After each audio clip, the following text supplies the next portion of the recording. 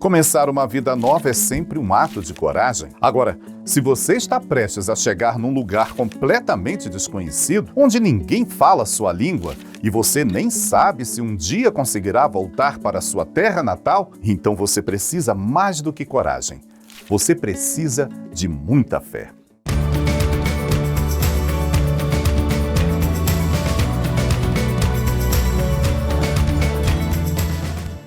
Eu costumo brincar aqui com as pessoas de que existem só 2 nomes de navios conhecidos entre os brasileiros, que é o Titanic, que todo mundo conhece, e o Kassato Maru. Se você pergunta para as pessoas do nome do navio, evidentemente elas já relacionam o Kassato com a imigração japonesa e conhecem um pouquinho, pelo menos, o nome do navio. A gente não sabe qual que foi o primeiro navio que trouxe os italianos, qual que foi o primeiro navio que trouxe os espanhóis, os portugueses, os lituanos, ninguém sabe o nome desses navios. Mas quando a gente fala em Kassato, as pessoas já logo correspondem ao navio que trouxe a primeira leva de japoneses. Em 1908, então, primeiro navio de imigração conduzido, né, um empreendimento do senhor Ryo Mizuno, que traz então os primeiros imigrantes para trabalharem nas fazendas de café. Desembarcaram em junho, dia 18 de junho, às 9h30 da manhã, e a viagem durou 52 dias. O Ibaraghi, ele convidou, né? Casou e às pressas, e acompanhando a esposa dele para um país. Ele é monge, a missão é dele. Então, ele carregava isso dentro dele, né? Puxa, eu vou fazer você sofrer, você vai sofrer, né? Muito comigo. Mesmo assim, você veio me acompanhar. Certamente foram momentos, né, que entre eles, aí sim, começaram a imaginar como seria a viagem, ela passando o aniversário a bordo desse navio, tendo cerimônias dentro do navio. A primeira viagem, né? Primeira viagem de navio do Japão para o Brasil trazendo imigrantes, né? Então é uma coisa inédita para todo mundo que estava embarcado naquele navio. No dia 28 de abril de 1908, às 17h55, o navio Kassato Maru deixou o porto de Kobe. A bordo, centenas de homens, mulheres e crianças, com sonhos de uma vida próspera e farta no Brasil. Graças à árvore que dá ouro, uma metáfora para o café, difundida nas propagandas do governo japonês para incentivar a migração. Entre todos os emigrantes, apenas 3 vinham da província de Tóquio. Era justamente a família Ibaraghi.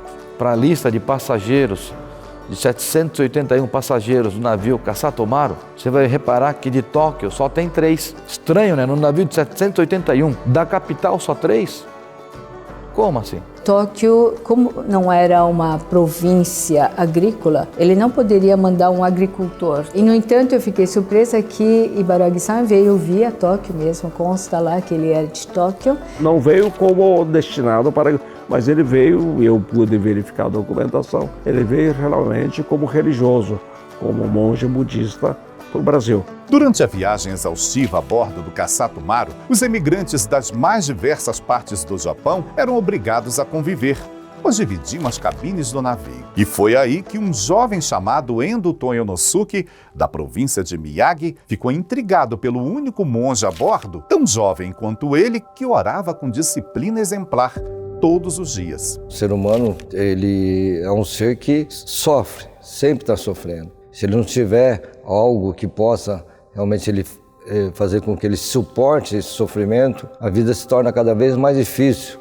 e as conquistas também se tornam cada vez mais difíceis. Então, para a gente poder superar e também saber enxergar a vida como ela é, a religião ela desempenha um papel fundamental, né, em nossas vidas. Ele veio ao Brasil para cumprir essa missão de propagar o budismo, né, o Dharma sagrado.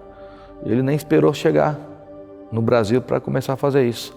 Pelo que eu pesquisei, né, na classe econômica do navio Kassato Maru, as camas eram triliches. Então o Ibaraghi nisso estava lá de baixo e lá do meio esse Endo Toyonosuke, né? Então eles conversavam muito e o Endo via o Ibaraghi rezar dentro do navio. Esse Endo Toyonosuke se tornou a primeira conversão, né, que o Ibaraghi Nishi Shonin fez após a partir rumo ao Brasil. Só pelo fato de ter tido esse episódio com o senhor Endo, isso demonstra que o mestre Barag Nisso Jonin foi uma pessoa que realmente conseguiu demonstrar que através da fé eles poderiam ter uma vida melhor. Mesmo estando em alto mar, Endo Toyonosuke é considerado o primeiro convertido ao budismo primordial da história do Brasil. No dia 18 de junho de 1908, o navio Kassato Maru finalmente atracou do Porto de Santos, em São Paulo, 55 dias após deixar o Japão. Agentes do governo brasileiro preparavam o desembarque. Os oficiais japoneses se preparavam para o momento histórico. Enquanto isso, na proa do Kassato Maru, outro momento histórico ocorria. Tocado por aquele momento único, o mestre Barag reuniu Chiyo, Shintaro e outros emigrantes japoneses para a realização de uma oração. Com o Kassato Maru já ligado à terra pela ponte de acesso, foi celebrado o primeiro culto budista da história do Brasil. No momento em que o Kassato Maru atracou no Porto de Santos, antes de desembarcar, foi realizado o culto budista, no convés do Kassato Maru, fazendo as preces para que a imigração tivesse êxito, para a prosperidade e proteção de todas as pessoas. Somente depois disso é que o Mizuno-ryo autorizou o desembarque. No fim da celebração, o mestre Barag fez um juramento aos presentes. Disse ele: "Nesta terra, serei um verdadeiro monge samurai da paz. Prometo expandir o Dharma sagrado para a salvação de todos os seres." Jamais o Dharma sagrado havia chegado tão longe. Agora só faltava ao mestre Barag realizar a travessia para uma nova vida.